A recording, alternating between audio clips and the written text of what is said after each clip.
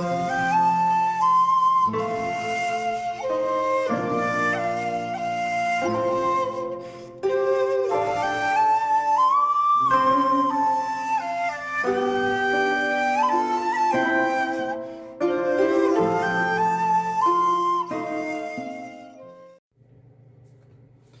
there, this is Solitary Ronin from Solitary Ronin Films, and welcome to my almost film of the year. Today we're going to go to 1969 and Robert Bresson's Femme, Douce, or A Gentle Woman. As you can see, I've got this wonderful collector's edition DVD. I'm not sure there is a official release, but there should be because it's Bresson. So this is 1969, as I said.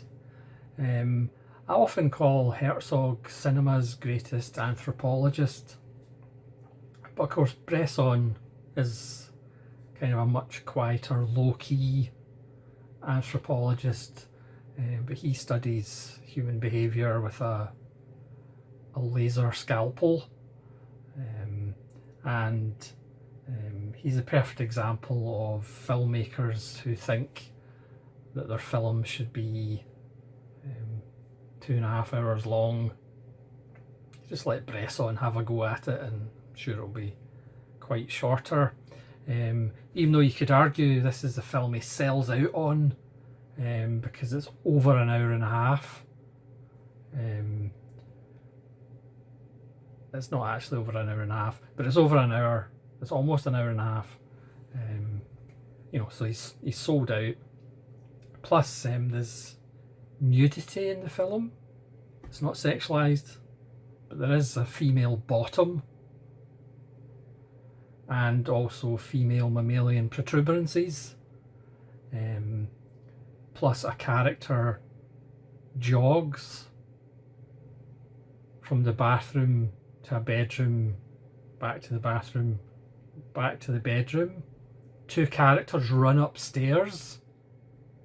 I mean, he's completely sold out.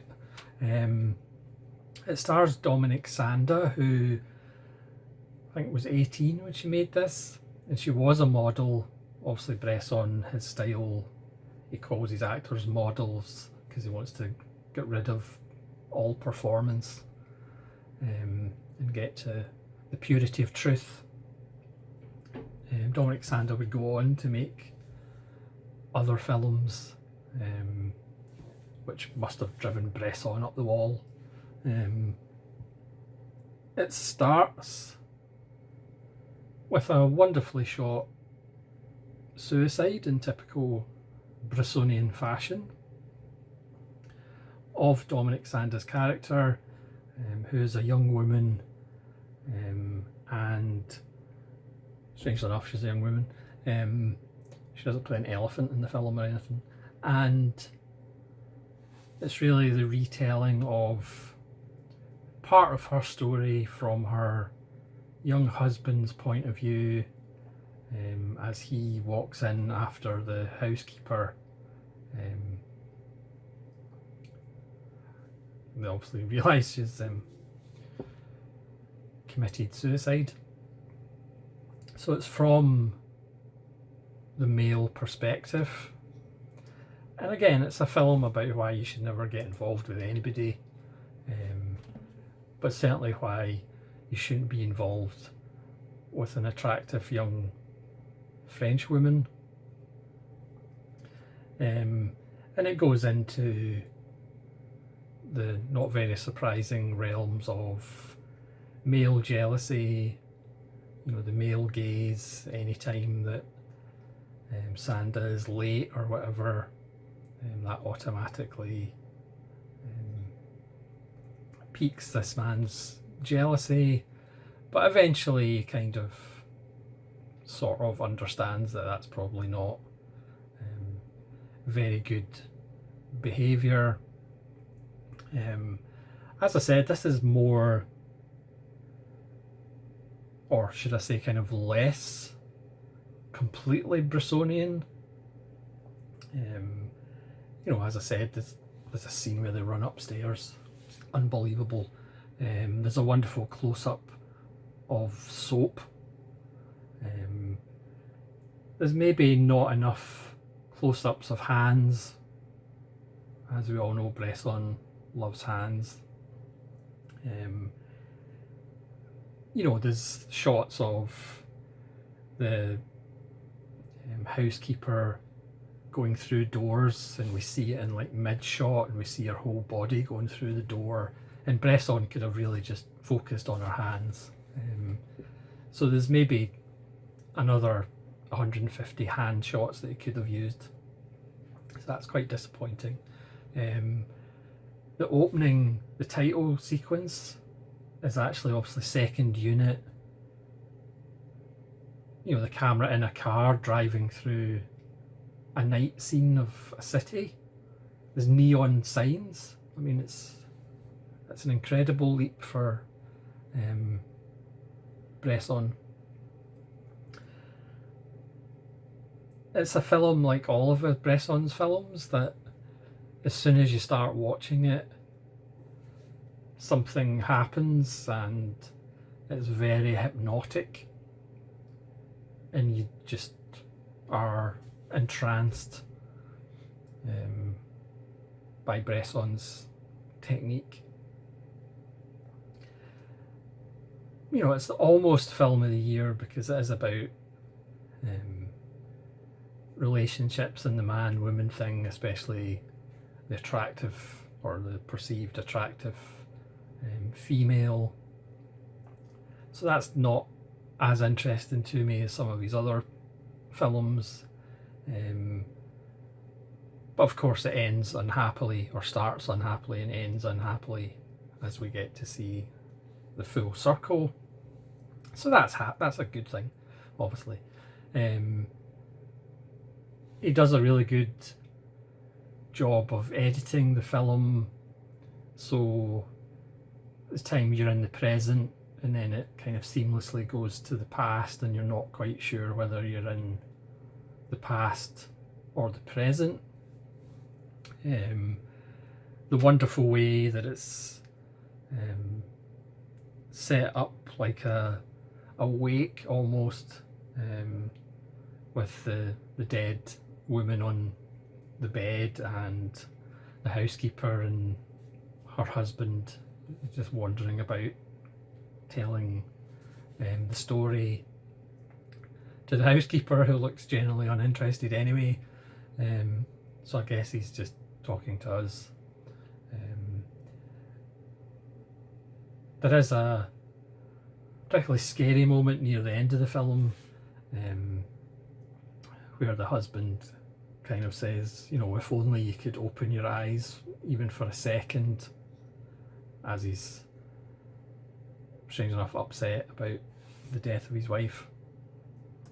And for a terrible second I thought, surely Bresson's not going to have her open her eyes for a second, but you'll have to watch the film to find out if that happens. Of course, I didn't kind of realise that when Bresson was younger, he obviously wrote some films for other people, and one of them was actually a slapstick comedy involving twins, or an actor playing dual roles. And I was just thinking to myself how differently we would think of Bresson if, maybe after A Man Escaped, or after Ohazad Balthazar, he did a slapstick comedy involving twins. But obviously he did those kind of jobs before he became Bresson, the same way his first couple of films aren't quite the Bresson that we know and love. I've had a little bit of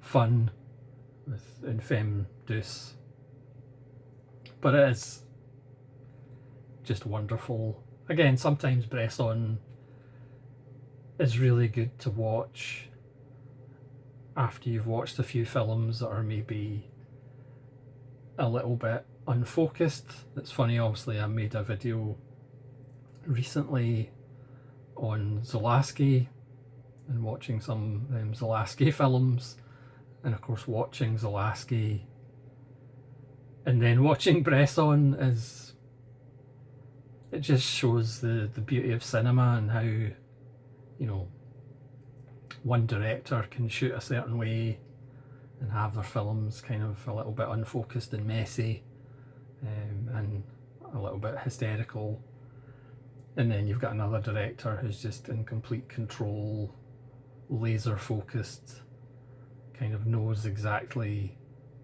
what he wants. Still not, you know, in a clinical, uncaring way, but it's just interesting to watch Bresson and then Zalaski in close proximity. You know, one of the complaints I had about Zalaski is the fact you don't really care or that interested in the characters, because he's not really interested in the characters himself, I don't think. Whereas Bresson, despite, you know, some people have a reaction to the way the actors or models speak and act in Bresson films, but you're immediately hooked into those characters the way, for me, you're just not in Zalaski films. So again, I mean, Bresson, you know, certainly in my opinion, is obviously better than Zalaski, but it's just fascinating when you watch two different styles that close together.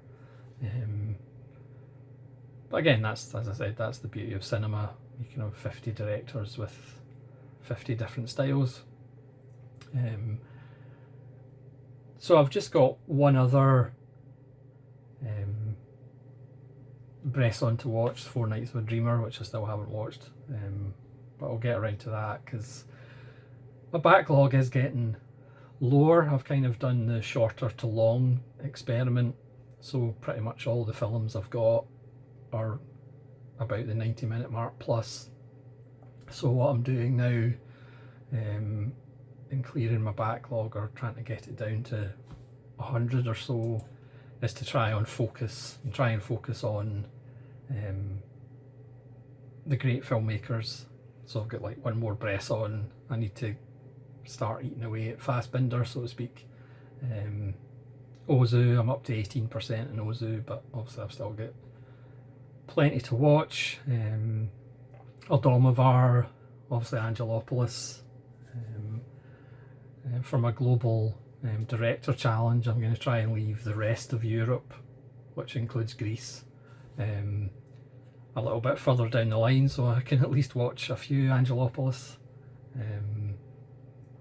Yeah, so I'm trying to prioritise great directors, and kind of taking a chunk out of my backlog now.